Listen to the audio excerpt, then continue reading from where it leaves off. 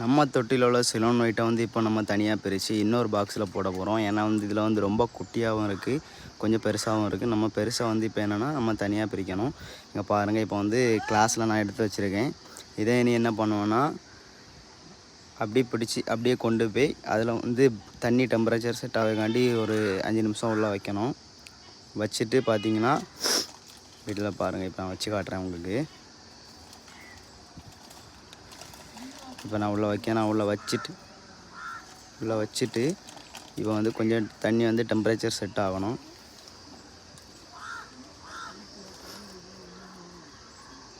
வேறு நம்ம சேனலை வந்து சப்ஸ்கிரைப் பண்ணாதவங்க சப்ஸ்கிரைப் பண்ணி வச்சுக்கோங்க.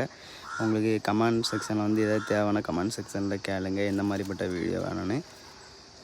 வேறு இப்போ வந்து மீன் வந்து தண்ணி டெம்பரேச்சர் செட் ஆகணுன்னா இப்படி வந்து ஸ்லோவாக தான் விடணும். ஏன்னா வந்து நம்ம டப்புன்னு விட்டோம்னா மீனுக்கு வந்து கொஞ்சம் இரிட்டேட்டிங்காக இருக்கும். இப்போ வந்து அது ஸ்லோவாட்டு போகுது. நம்ம சேனலில் மறக்காமல் சப்ஸ்கிரைப் பண்ணி வைங்க, கமெண்ட் செக்ஷனில் கமெண்ட் பண்ணுங்கள். நம்ம சேனலில் வந்து கூடிய சீக்கிரமே சேல்ஸ் இருக்கும்.